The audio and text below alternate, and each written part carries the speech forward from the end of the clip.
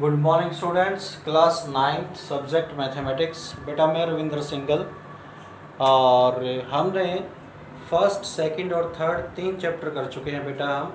और अब हम करेंगे बेटा 6 चैप्टर। मैं आपको बता दूं कि मैं 4th और 5th चैप्टर अभी नहीं करवा रहा हूं। क्यों नहीं करवा रहा हूं? क्योंकि बेटा सीबीएसई बोर्ड में 4th चैप्टर और 5th चैप्टर इस साल हटा दिए गए हैं। तो मुझे लगता कि कभी हरियाणा बोर्ड भी इन दोनों चैप्टर को हटाना दे, 4th और 5th को।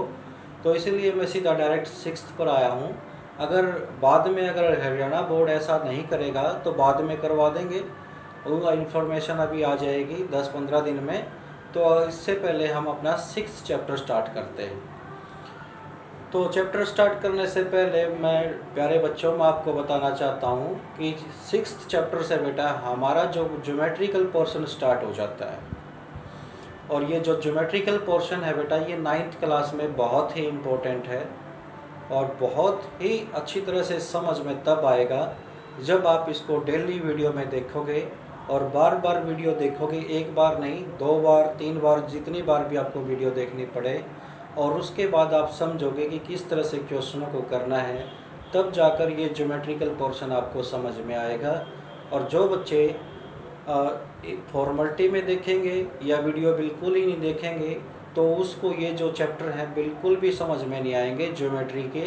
और ज्योमेट्री के इस साल हमारे चैप्टर ज़्यादा हैं। हमारा 6th chapter, 7th chapter, 8th chapter, 9th chapter, 10th chapter, तो कम से कम यूँ मान लो कि 5 चैप्टर तो हमारे ज्योमेट्री के हैं। और उन चैप्टरों में आपको डेली टू डेली काम करने की ज़रूरत पड़ेगी। अगर एक दिन भी आपने काम छोड़ दिया या बीच में कोई वीडियो या लेक्चर मिस कर दिया तो वो समझ में नहीं आएगा। कुछ बच्चे ऐसे होते हैं जो अपने आप इंटरेस्ट लगाकर और अपने माँ बाप का कहा मानकर अच्छी तरह से पढ़ते हैं। कुछ बच्चे ऐसे होते हैं जो पढ़ते नहीं हैं, वो टीचर के सामने तो ऐसे बोलते कि सर हमें फ़ोन घर वाले टाइम पर नहीं देते, हमें फ़ोन टाइम पर नहीं मिलता, ठीक है। और अपने पेरेंट्स के सामने ऐसे बोलते हैं कि टीचर ने जो वीडियो बनाई है उससे हमारे को समझ में नहीं आता। तो टोटल कंक्लूजन ये है कि उनका पढ़ाई से दूर भागना ही कारण है। वो पेरेंट्स के सामने तो टीचर को बुरा बताते हैं और टीचर के सामने पेरेंट्स को बुरा बताते हैं कि वो हमारे को फ़ोन नहीं देते। तो ऐसे बच्चों से रिक्वेस्ट है कि प्यारे बच्चों, आप सभी में दिमाग एक जैसा ही होता है, तो आप इंटरेस्ट से, लगन से, मन से मेहनत कीजिए और अपने माँ बाप का नाम रोशन कीजिए। वो आपके लिए बड़े ही तपस्या करते हैं, मेहनत करते हैं, तब जाकर रुपया कमाते हैं। तो हम चलते हैं 6 चैप्टर की ओर। तो 6 चैप्टर में मैंने पहले वीडियो भेजी थी बेटा एक बार फिर मैं उसको रिवाइज करवा देता हूँ। तो देखिए, एक तो हमें ध्यान रखना है वर्टिकली अपोजिट एंगल का। फर्स्ट हमारा जो है वर्टिकली अपोजिट एंगल। तो वर्टिकली अपोजिट एंगल क्या होते हैं? वर्टिकली अपोजिट एंगल, तो ध्यान से देखिए, वर्टिकली अपोजिट एंगल इसको बाद में करवाऊंगा, अभी लिख दिया है। पहले तो मैं आपको एंगल का नाम बता देता हूँ कि एंगल का नाम कैसे लिखते हैं। देखिए, जैसे ये एंगल है हमारे पास और इस एंगल को मैंने पॉइंट, तो रे है हमारे पास AB और एक रे है हमारे पास AC। ये AP और ये AC और ये एंगल है बेटा। तो इस एंगल का नाम कैसे लिख सकते हैं? क्योंकि क्या होता है कि पूरी ज्योमेट्री करवा देता टीचर, तो कई बच्चों को तो एंगल का नाम भी लिखना नहीं आता। नाम लिखना सीखना बहुत ही बड़ी चीज़ है बेटा और इसको अच्छी तरह से सीखना है।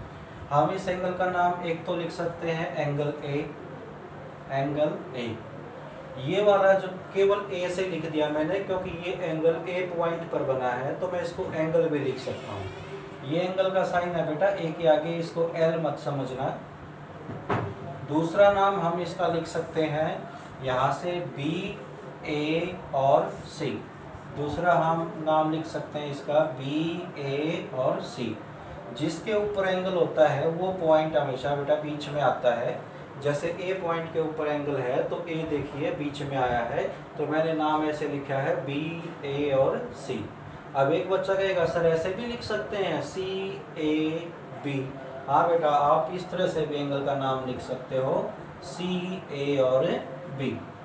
तो ये जो आगे निशान लगा रहा हूँ ये एंगल का साइन है बेटा, ये L नहीं है, कभी आप L समझ जाओ तो जिसके ऊपर एंगल होता है बेटा वो बीच में आता है। तो इसी एंगल के नाम आप तीन तरह से लिख सकते हो, एक तो अकेला एंगल A, या फिर 3 अल्फ़ाबेट में BAC, या फिर CAB। ये जो एंगल है, जो मैंने इस एंगल पर ये निशान लगाया है, इस एंगल को आप ऐसे नहीं लिख सकते ABC, ऐसे नहीं लिख सकते, और इस एंगल को आप ऐसे भी नहीं लिख सकते ACB। क्यों नहीं लिख सकते? क्योंकि जिस पॉइंट पर एंगल होता है वो बीच में होता है। तो एंगल किस पॉइंट के ऊपर है? A के ऊपर। तो क्या बीच में A है? नहीं है। क्या इसमें बीच में A है? नहीं है। तो बेटा एंगल का नाम आप तीन तरह से लिख सकते हो, ज़्यादातर तो हम दो ही तरह से लिखते हैं। ये दोनों वाले जो इधर वाले जो केस हैं ये दो तरह से ही लिखते हैं, दोनों में से किसी भी तरह से लिख सकते हो। हाँ, ये अकेला नाम तब लिखना होता है जब एंगल अकेला हो। कोई बच्चा कहेगा सर एंगल अकेला हो, ये बात समझ में नहीं आई, तो मैं अभी समझाता हूँ बेटा आपको कि एंगल अकेला कब नहीं होता। तो देखिए मैं एक एंगल और इस A पर बना देता हूँ। मैंने यहाँ पर A पर एक एंगल और बना दिया है और इसका नाम लिख दिया बेटा मैंने D। ठीक है। अब जिसके ऊपर मैंने निशान लगा रखा है, ये देखिए ये एंगल का साइन, अब इसका नाम मैं एंगल A नहीं रख सकता। क्यों नहीं रख सकता बेटा? क्योंकि यहाँ पर A के पॉइंट के ऊपर 3 एंगल बन चुके हैं।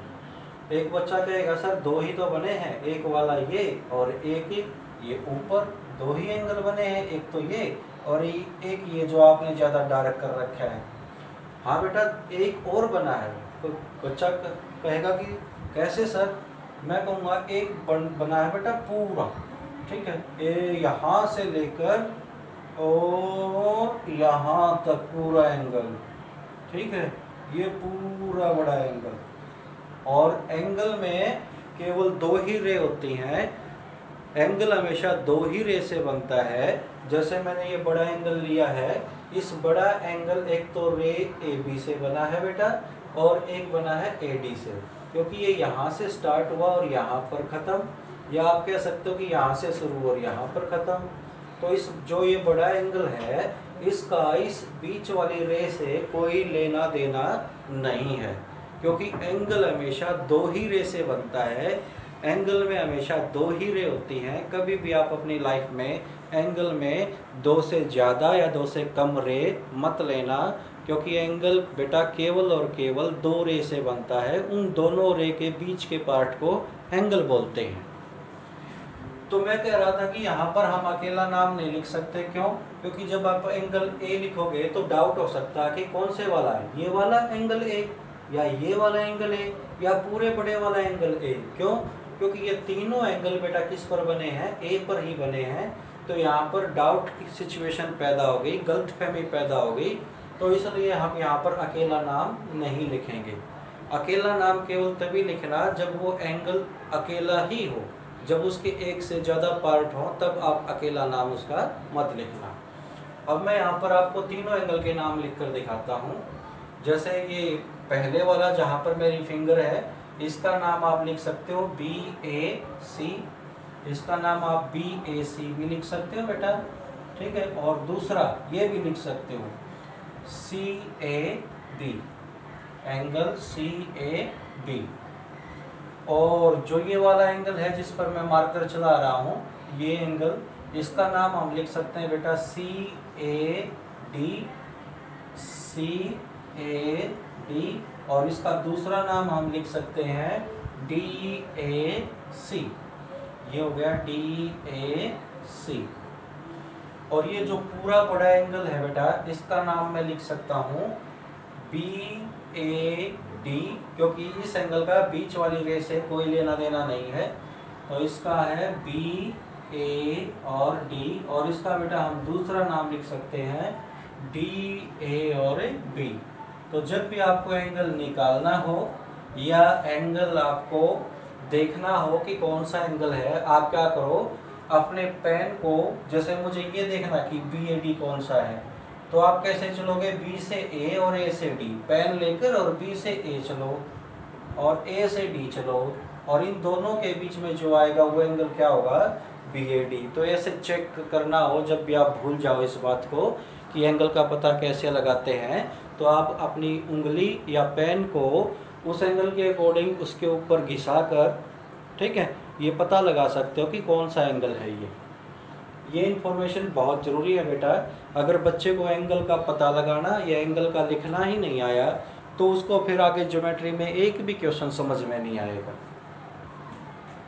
अब हम चलते हैं बेटा वर्टिकली अपोजिट एंगल पर। तो वर्टिकली अपोजिट एंगल क्या होते हैं, देखिए बेटा ये दो स्ट्रेट लाइन है, एक स्ट्रेट लाइन ये है और एक स्ट्रेट लाइन ये है। ये स्ट्रेट लाइन मैंने ली है बेटा A और B, और ये स्ट्रेट लाइन बेटा मैंने ली है C, और ये कौन सी ली है, D। तो मैंने दो स्ट्रेट लाइन ले ली, एक AB और एक CD, और ये दोनों O पर इंटरसेक्ट करती हैं। तो जब दो लाइनें आपस में इंटरसेक्ट करें तो वो वर्टिकली अपोजिट एंगल बनाती हैं। आप बस इतना ही अपने माइंड में फिक्स कीजिए जिंदगी भर के लिए कि जहाँ पर भी दो लाइनें इंटरसेक्ट करेंगी तो वहीं पर वर्टिकली अपोजिट एंगल बनेंगे और कहीं पर नहीं बनेंगे जब दो लाइनें आपस में इंटरसेक्ट करेंगी। तो इन्होंने ये वर्टिकल अपोजिट एंगल बनाए हैं।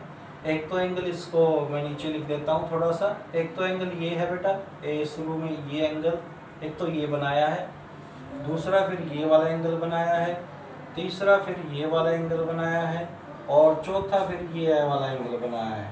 तो ये 4 एंगल बनाए हैं इन दो लाइनों ने जब इंटरसेक्ट किया है।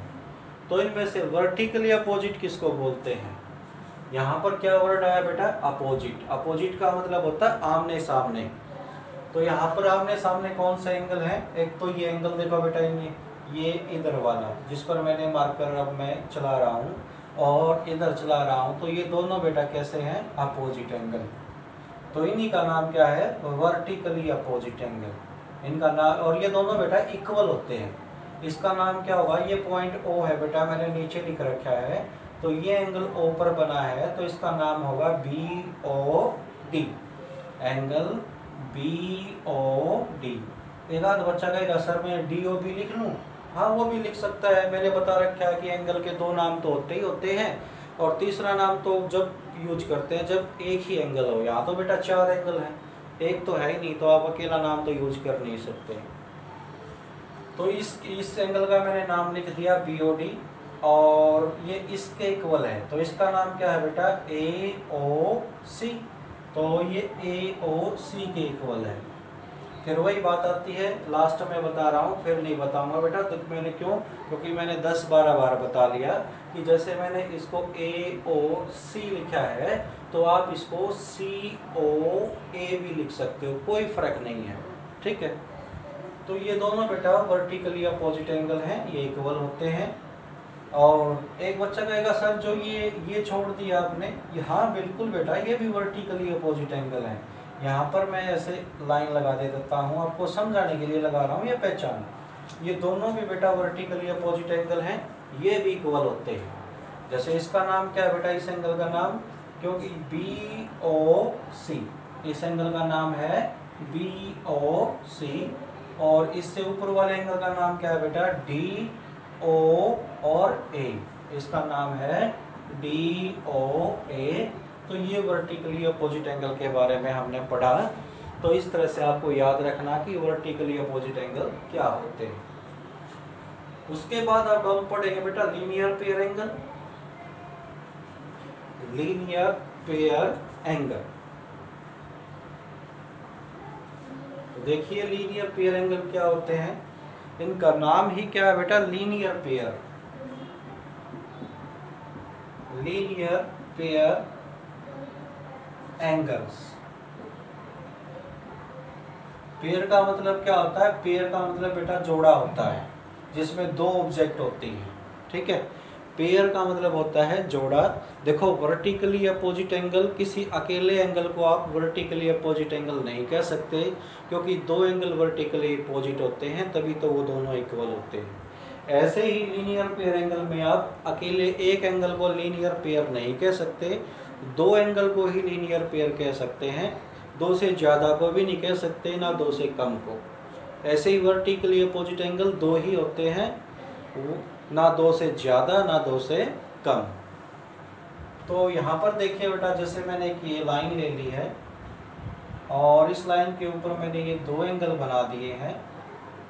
इस पॉइंट का नाम मैं रख लेता हूँ A, और इस यहाँ पर B, और यहाँ पर C, और यहाँ पर D। तो यहाँ पर दो एंगल हो गए बेटा, एक तो लाइन से इधर राइट साइड की तरफ और एक इधर लेफ्ट साइड की तरफ, तो ये दो एंगल। तो बेटा ये देखिए कि ये एंगल और ये एंगल मिलकर एक लाइन बना रहे हैं।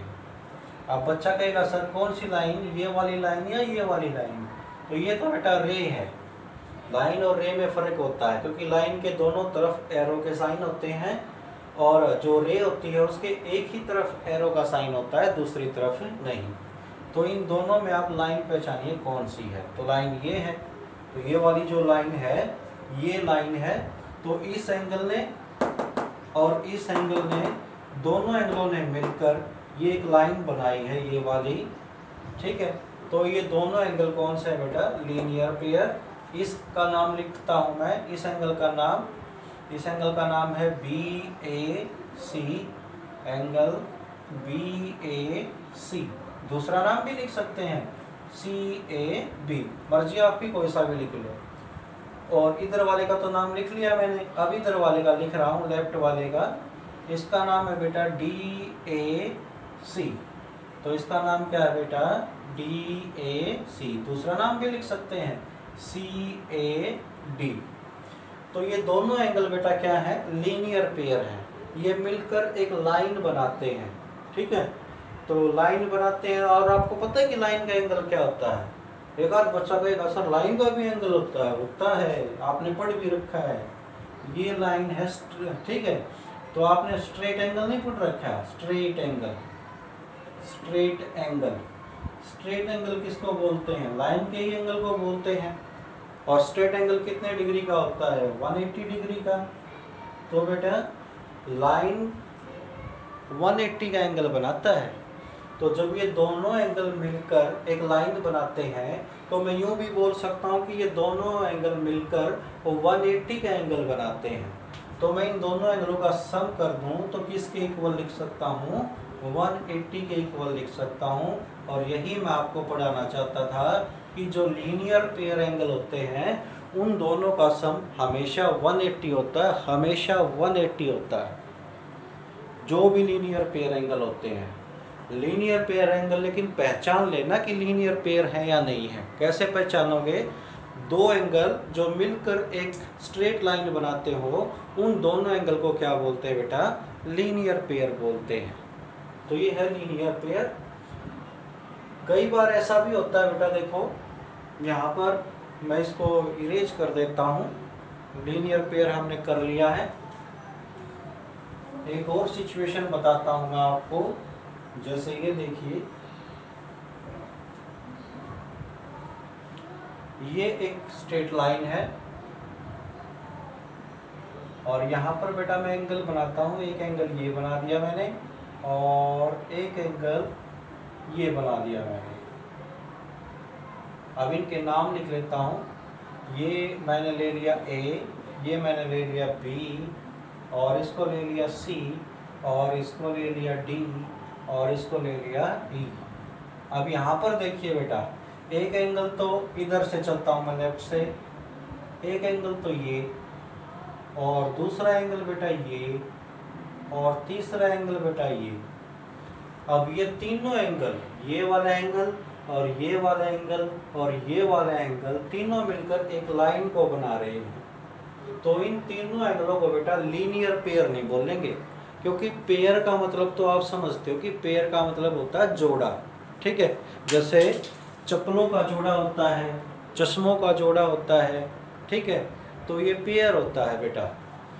तो इसमें हम लेकिन इन तीनों एंगल मिलकर एक लाइन तो बना रहे हैं, ये तो पक्का है, बिल्कुल पक्का कि तीनों मिलकर एक लाइन बनाते हैं। और लाइन बनाने का मतलब क्या होता है, लाइन का एंगल क्या होता है 180।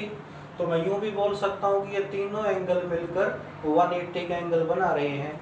तो मैं इन तीनों एंगल का सम 180 लिख सकता हूँ। जैसे इस एंगल का नाम क्या रखूँगा मैं, ए सी और ई, एंगल ए सी और ई। और अगला एंगल ये, इसका नाम क्या लिख सकता हूँ मैं, डी सी और ई, डी सी और ई। एक बच्चा कह सकता है जी इसका नाम हमने डी सी ई लिखा, क्या ई सी डी भी लिख सकते हैं? लिख सकते हो बेटा, कोई प्रॉब्लम नहीं।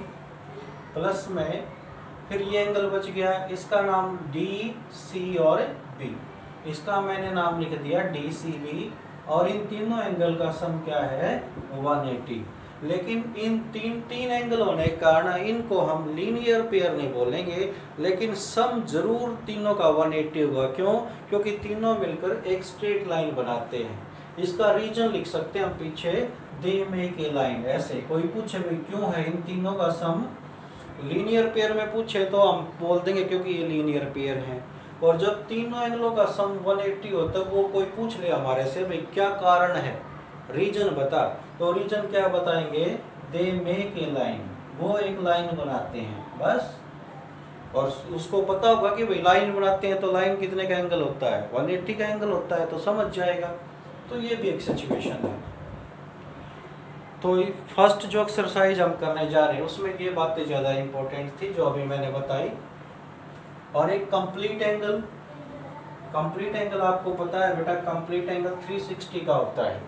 जैसे मैं यहाँ पर कुछ एक फिगर बनाता हूँ, ये देखिए, ये मैंने दो लाइन ली है। एक लाइन तो मैंने ये ले ली पी और क्यू, और एक लाइन ले ली बेटे मैंने आर और टी। और ये जो बीच वाला पॉइंट है इसको मान लिया मैंने एस। तो यहाँ पर 4 एंगल बन गए। तो इस एस को थोड़ा सा नीचे लिख लेता हूँ। तो एक एंगल तो ये बन गया बेटा, एक एंगल ये बन गया 2, एक एंगल ये बन गया 3 और एक एंगल ये बन गया 4। तो ये 4 एंगल बन गए। तो इस एंगल से चलता हूँ मैं यहाँ से, इस एंगल का नाम पी एस आर, ये इस एंगल का नाम है बेटा पी एस और आर। फिर अगला लिखता हूँ ये वाला, इस एंगल का नाम है बेटा आर एस और क्यू, इस एंगल का नाम आर एस क्यू।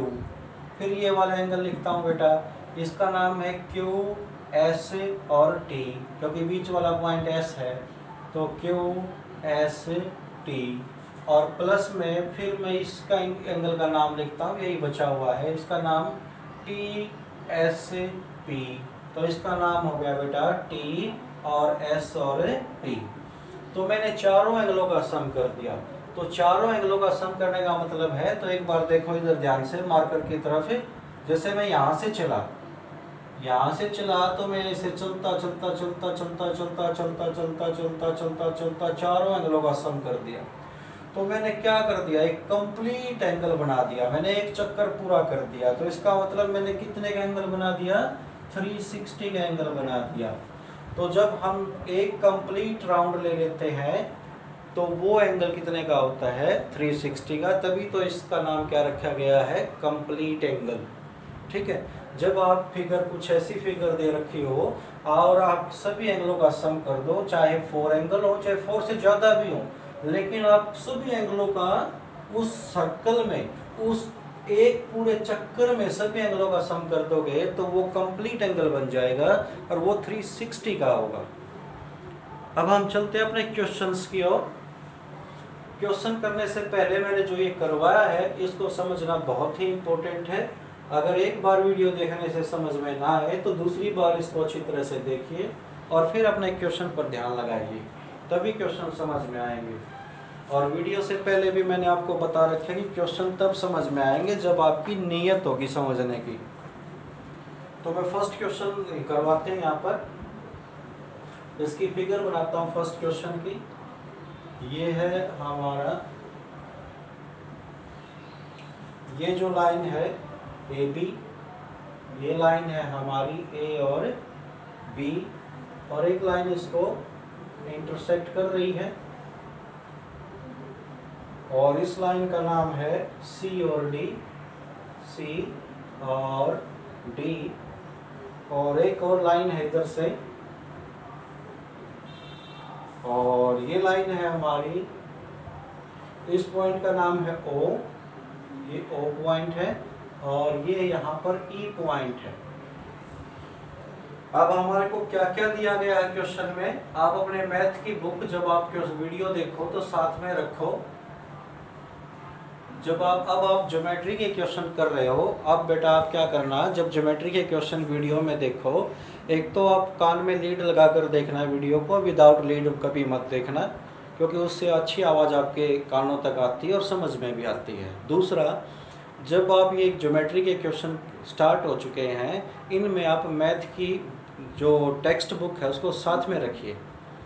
जब भी कोई क्वेश्चन नंबर मैं लिखता हूँ, जैसे फर्स्ट क्वेश्चन लिखा है, तो वीडियो को पॉज करके स्टॉप करके पहले उस फर्स्ट क्वेश्चन को समझिए, उसकी फिगर को समझिए, उसमें देखिए क्या क्या दे रखा है और क्या निकालना है। जब इस चीज़ को समझ जाओ तब फर्स्ट क्वेश्चन की वीडियो देखना।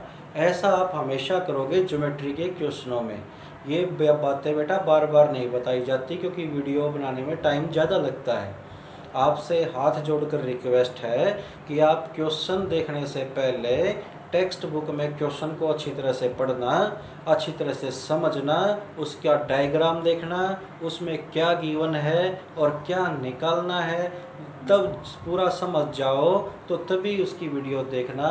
क्योंकि क्वेश्चन को समझना ही अपने आप में आधा क्वेश्चन समझने के बराबर है।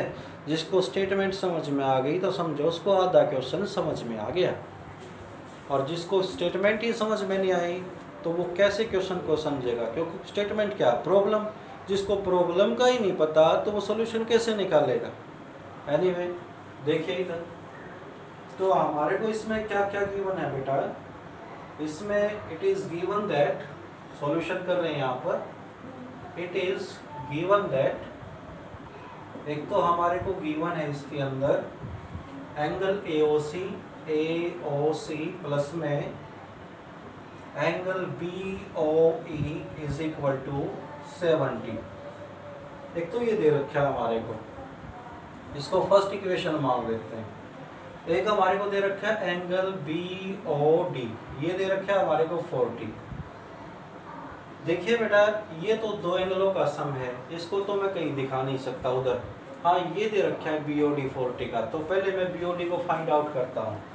B से चलता हूँ, B और फिर O पर, फिर D पर, फिर देखता हूँ दोनों के बीच में ये वाला पार्ट है और ये वाला पार्ट कितने का है, 40 का। तो ऐसे ढूंढते हैं हम एंगल को, जो निकालना है उसको भी और जो दे रखा है उसको भी।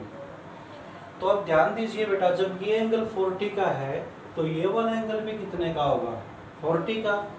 क्यों? क्योंकि ये दोनों कैसे एंगल है बेटा, वर्टिकली अपोजिट एंगल, और वो इक्वल होते हैं।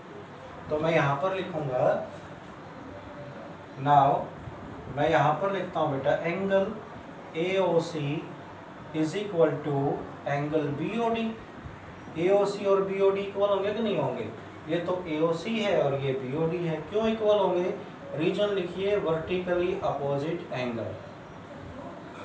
एक बात और ध्यान रखना, जो ये मैं पीछे लिख रहा हूँ ना, रीजन है ये। अगर ये रीजन आपने टेस्ट में या एग्ज़ाम में नहीं लिखे और क्वेश्चन आपने पूरा कर दिया तो आपको 0 नंबर मिलेगा, क्योंकि जो भी आप लिखोगे उसका रीजन लिखना है कि ऐसा क्यों है। ठीक है, मैं भी जब आपको समझा रहा हूँ कि ये दोनों इक्वल क्यों है, जब मैंने आपको वर्टिकली अपोजिट एंगल बताया तभी तो आपको समझ में आया। ऐसे ही जब आप पेपर दोगे तो ये दोनों एंगल इक्वल आप दिखाओगे तो टीचर को कैसे पता चलेगा, कि बच्चे को कैसे पता ये दोनों इक्वल हैं, जब आप यहाँ पर पीछे रीजन लिखोगे कि वो वर्टिकली अपोजिट एंगल है। अगर आपने रीजन नहीं लिखा, जो ये पीछे रीजन सभी क्वेश्चनों में लिखते हुए चलेंगे और पूरी ज्योमेट्री के चैप्टरों में चैप्टर नंबर 6 से लेकर चैप्टर नंबर 10 तक है, हम ऐसे ही पीछे रीजन लिखते हुए चलेंगे, क्योंकि मैं रीजन लिखूंगा तो बच्चों को समझ में आएगा, और बच्चे जब टेस्ट और पेपर देंगे वो रीजन लिखेंगे तो चेक करते वक्त टीचर को समझ में आएगा। तो इनका लिखना बहुत ही इम्पोर्टेंट है। अगर ये आपने नहीं लिखे तो आप मार्क्स भूल जाइए, आपको 0 मार्क्स मिलेंगे। अब आइए आगे की ओर चलते हैं। तो एंगल AOC और BOD कितना बेटा 40 का, तो BOD की जगह मैं क्या लिख सकता हूँ 40। तो ये एंगल भी हमारा कितने का आ गया 40 का आ गया। अब देखिए, अब हमारे को जो एंगल दे रखा है वो AOC का और BOE का सम दे रखा है। ये AOC है बेटा, और BOE कौन सा है पता लगाओ। ऐसे पेन रखकर B से O पर जाओ, O से E पर जाओ, और फिर दोनों के बीच में वो एंगल मिलेगा। B पर पेन रखकर B से O पर जाओ, O से E पर जाओ। अब दोनों के बीच में ये वाला जो एंगल है ये BOE है, ठीक है।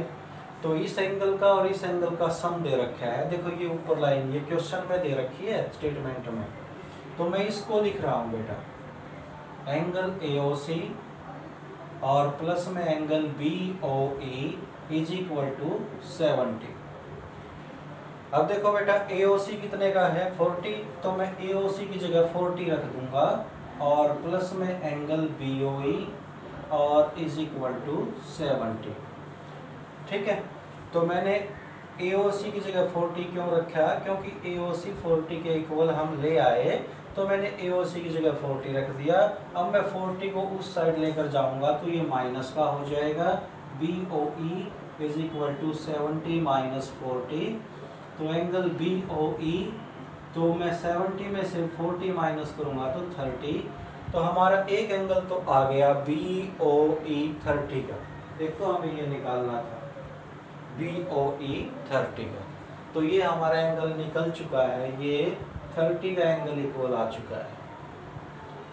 इतना बेटा समझ में आ चुका है आपको। अब मैं इसको इरेज करता हूँ, ठीक है, और ऊपर वाला इरेज करता हूँ 2-3 स्टेप, नीचे वाले हम इसमें जरूरत पड़ेगी तो देख लेंगे, चेक कर लेंगे। अब मुझे COE निकालना है, COE। तो जब मैंने COE कहा तो एक आध बच्चा जो इंटेलिजेंट बच्चा है तो वो कहेगा कि सर COE नहीं निकालना, इसके आगे रिफ्लेक्स भी लिखा हुआ है, स्टेटमेंट में देखना ध्यान से, इसके आगे लिखा हुआ है रिफ्लेक्स COE। तो बेटा किसी भी एंगल का रिफ्लेक्स निकालना हो तो पहले तो उस एंगल को निकालो, पहले तो वो एंगल निकालो, और वो एंगल निकल जाएगा उसके बाद उसका रिफ्लेक्स निकलता है। एंगल निकलने के बाद हमें क्या करना होता है, बस उस एंगल को 360 में से माइनस करना होता है, तो वो उसका रिफ्लेक्स आ जाता है। क्योंकि आपने पढ़ा होगा रिफ्लेक्सिव एंगल। रिफ्लेक्सिव एंगल क्या होता है, जो 180 और 360 के बीच में होता है उसको रिफ्लेक्सिव एंगल बोलते हैं। तो रिफ्लेक्सिव एंगल हम डायरेक्ट नहीं निकाल सकते, पहले हम उस सिंपल एंगल को निकालेंगे, उसको निकालने के बाद उसको 360 में से माइनस करेंगे, तब उसका रिफ्लेक्स आ जाएगा। तो सबसे पहले मैंने COE निकालना है, ये वाला एंगल निकालना है। तो देखो बेटा मैं इन तीनों एंगलों का सम करता हूँ, इसका, इसका और इसका। इन तीनों का जो सम है वो मिलकर क्या बना रहा है कि लाइन, और लाइन का एंगल क्या होता है 180। तो देखिए एंगल AOC प्लस में एंगल COE और प्लस में एंगल BOE, ये तीनों एंगल मिलकर एक लाइन बना रहे हैं, ये AB लाइन, ये तीनों एंगल मिलकर एक AB लाइन बना रहे हैं। तो तीनों का सम क्या होगा 180। अब AOC हम निकाल चुके हैं, वो 40 के इक्वल है। COE का हमें पता नहीं है, ये निकालना है। BOE भी हम निकाल चुके हैं बेटा, ये 30 का है, और इज इक्वल टू 180। 40 प्लस 30 क्या हो जाएगा बेटा 70, और प्लस में एंगल COE और इज इक्वल टू 180। अब मैं 70 को बेटा राइट साइड में लेकर जाऊंगा, तो राइट साइड में लेकर जाऊंगा तो ये माइनस का हो जाएगा, नीचे वाला मैं इरेज कर देता हूँ। अगर आपको ज़रूरत पड़े तो वीडियो को आप पीछे ले जाकर देख सकते हो। तो एंगल COE, एंगल COE, तो 180 में से बेटा 70 माइनस करूँगा तो ये 110 आ जाएगा। तो अब मैं इसका रिफ्लेक्स निकालूंगा, तो मैं इसके आगे रिफ्लेक्स वर्ड लिख देता हूँ, रिफ्लेक्स एंगल COE। क्या करना है, बस जो ये 110 है इसको 360 में से माइनस कर दो तो रिफ्लेक्स आ जाएगा। अब एक आध बच्चा कहेगा रिफ्लेक्स निकालना हो सर तभी 360 में से ही माइनस करना और किसी में से नहीं।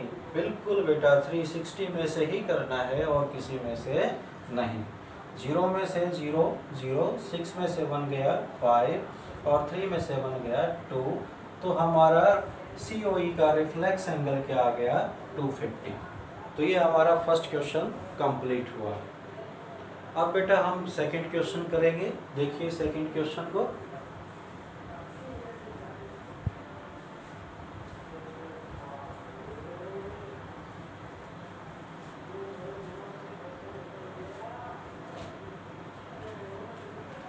सेकंड क्वेश्चन है बेटा हमारा, इसका डायग्राम बना देता हूँ मैं पहले। ये हमारी स्ट्रेट लाइन है XY, ये X और ये Y, और एक और लाइन है MN, ये हमारा M है और ये N। इस Y को थोड़ा सा मैं इधर लिख लेता हूँ।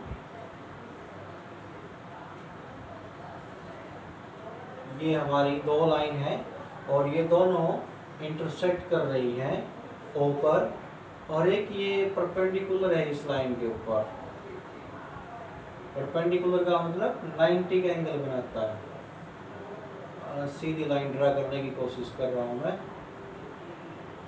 तो ये बेटा 90 का एंगल है ये वाला।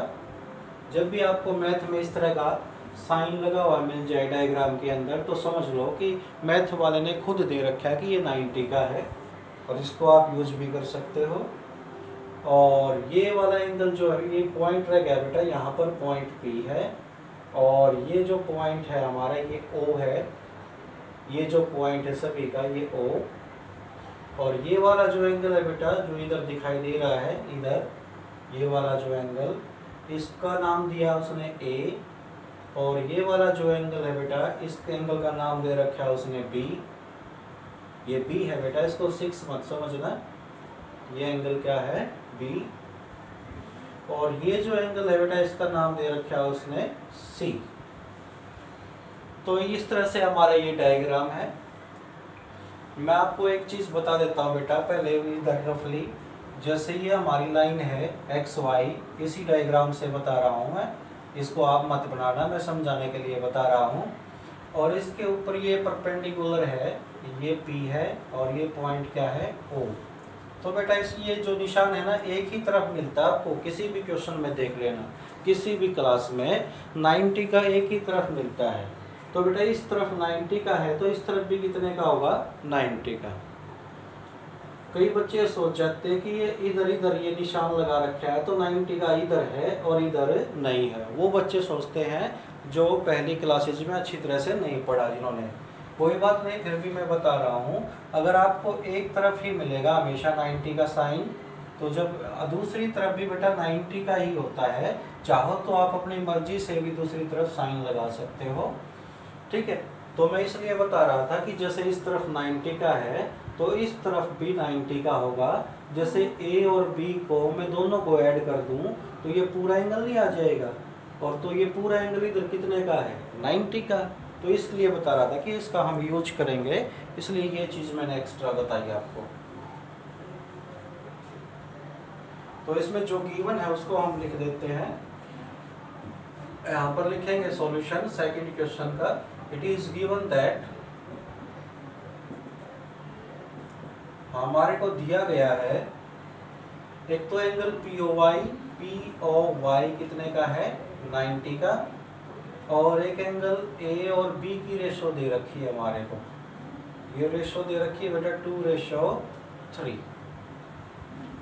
तो रेशो दे रखी है, तो रेशो वाले क्वेश्चन हमने कर रखे हैं। हम लेट कर लेते हैं, let a is equal to, a की रेशो 2 है तो मैं a को क्या मान लेता हूँ 2x, एंड लेट b को क्या मान लेता हूँ, b की रेशो 3 दे रखी है तो इसको मैं 3x मान लेता हूँ। ठीक है, अब देखो बेटा एंगल POY कितने का है 90 का।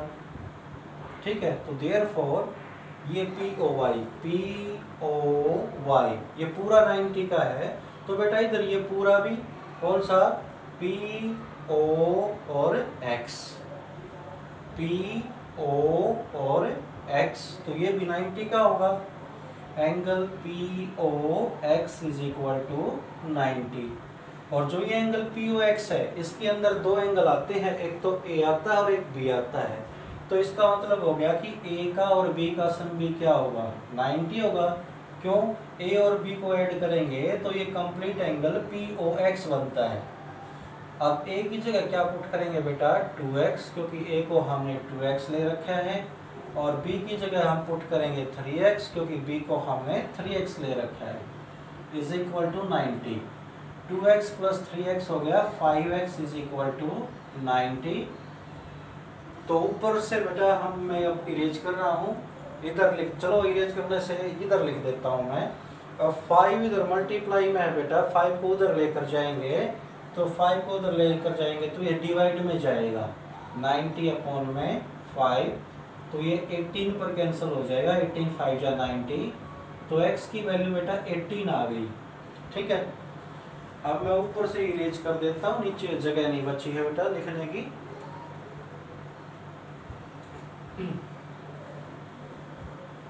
तो x की वैल्यू 18 आ गई, तो a क्या था हमारा बेटा, a था हमारा 2x, तो x की जगह आप 18 रख दो, तो a की वैल्यू आ जाएगी a is equal to 36 degree. उसी तरह से b क्या था बेटा हमारा 3x, तो x की जगह पर ये b है बेटा, इसको 6 मत समझना, और x की वैल्यू क्या रख देंगे 18, तो b इज इक्वल टू 18 3 जा 54 डिग्री। तो हमारे पास a की और b की वैल्यू आ चुकी है। अब ध्यान दो बेटा इधर डायग्राम में, ये देखिए एंगल B और C, यदि मैं इन B और C को ऐड कर दूं तो ये दोनों मिलकर एक लाइन बनाते हैं, ये लाइन बनाते हैं, ये वाली लाइन, ये वाली लाइन बनाते हैं। ये वाली लाइन क्या है M और N, तो एंगल B और एंगल C ये दोनों मिलकर ये वाली लाइन बनाते हैं, तो मतलब ये लीनियर पेयर हैं, इन दोनों का सम 180 होगा। तो यहाँ पर लिखिए B plus C is equal to 180, क्यों, रीजन लिखो बिकॉज लीनियर पेयर, क्योंकि ये लीनियर पेयर है। अब b की वैल्यू बेटा मैं जानता हूँ, निकाल चुके हैं 54 है, और प्लस में c इज इक्वल टू 180। अब 54 इधर है, मैं इसको राइट साइड में लेकर जाता हूँ तो ये बेटा माइनस का हो जाएगा, और c की वैल्यू आ जाएगी 10 में से 4 गया 6, और 7 में से 5 गया 2 और 1, तो ये बेटा हमारी c की वैल्यू आ गई। तो आंसर में हम लिख सकते हैं कि a की वैल्यू क्या आई है हमारी 36, और b की वैल्यू हमारी 54, और c की वैल्यू क्या आ चुकी है 126। तो इनको बड़े ध्यान से समझना बेटा। Thank you, have a nice day.